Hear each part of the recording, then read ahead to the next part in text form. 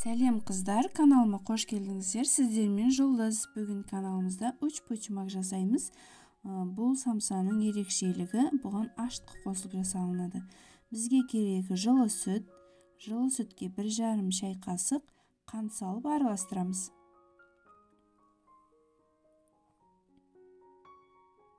Осының үстіне ашытқы саламыз. Осыған қосылған ингредиенттерді самсаға қосқан описанияда қалдырамын грамдарын. Бір жұмыртқаны араластырып, жартысын ғана қосамыз, жартысын самсалардың бетіне жаққанға алып қаламыз.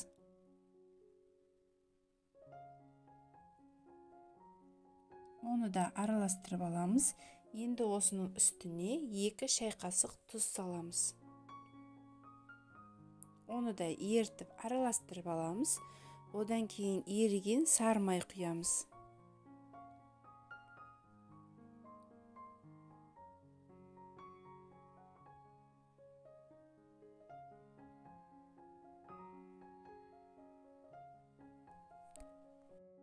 Барлығын жақсылап араластырып алғаннан кейін ұнды салып, жұмсақ қамыр илейміз. Ұнды бірден барлығын салмаңыздар. Әркімде ұнның тығыздығы әртүрлі, сондықтан қамырымыз қатты тығыз болып қалады. Сондықтан міндетті түрде 2 бөлікке, 3 бөлікке бөліп салыңыздар.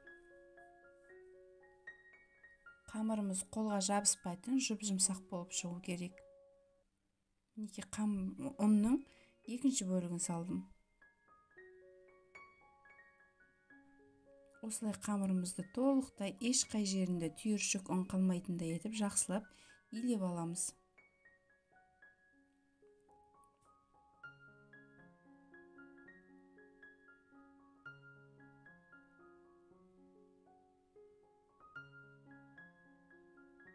Мінекей жақсылап иленген қамырымызды енді 1,5-2 сағатқа ашытуға қоямыз. Бетін жауып, міндетті түрде жылы жерге қойыңыздар. Қамырымыз ашығанша салмасын дайындаймыз. Менде мұнда фарш, сіздер ұсақтап турасаңыздар болады. Картоп, пияз, барлығын мантыге турағандай етіп турап алдым. Сұйық май құямыз. Керегінше тұз салдым және дәміне қарай қара бұрыш, ұнатқан дәмдеуіштеріңізді салсаңыздар болады. Мен тек қара бұрыш қана салдым. Мінекей барлығын жақсылап араластырып аламыз. Салмамыз да енді ашыған қамырымызды кішкене бөліктерге бөліп аламыз. Мен әр қамырды 70 граммнан бөліп алдым. Барлық қамыр бірдей болып шығу үшін.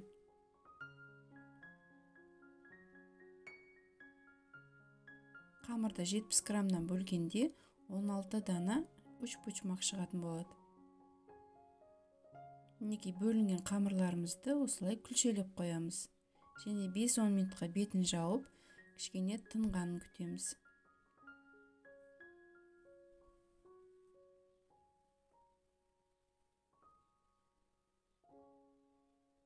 Қамырымыз 5-10 минут тынғаннан кейін шетінен алып отырып, қамырымызды жаямыз. Қамырдың қалың болғанын қаласаңыздар, кішкене қалыңдау етіп жайыңыздар.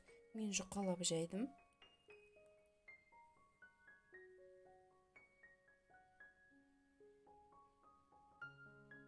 Жайылған қамырымыздың ортасына салмасын салып, 3 бұрышты етіп түйетін боламыз.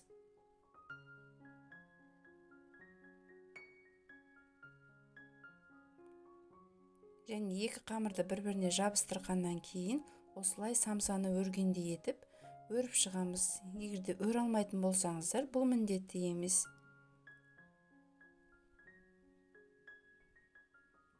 Мінекей барлық қамырларымызды осылай жасап шығамыз.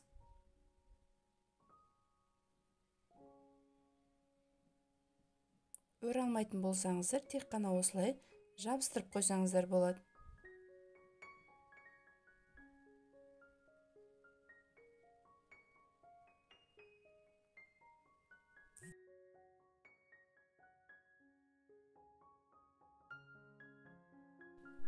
Мінекей барлық 3 почмактарымызды түйіп шыққаннан кейін духовкамыздың ыдысына осындай пергамент қағазын төсеп 20 минутқа расстойкаға қоямыз.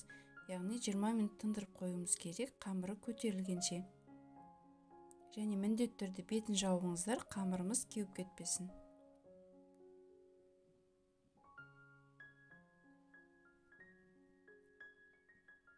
Мінекей 20 минут өткеннен кейін жаңағы алып қалған жұмыртқаның сарысын қамырдың бетіне жағып, қызып тұрған духовкаде 220 градуста ішіндегі салмасы қамыры сарғайғанша пісіріп аламыз. Мінекей ұч-пұчмақтарымыз пісіп шықты, өте жұмсақ. Мен сіздерге осылай ыстықтай бөліп тұрмын. Салқындаған кезде қамыры өте жұмсақ әрі дәмді болып шығады. Сіздер де дәл осы рецептпен жасап көріңіздер. Ұнайды деген сенімдемін.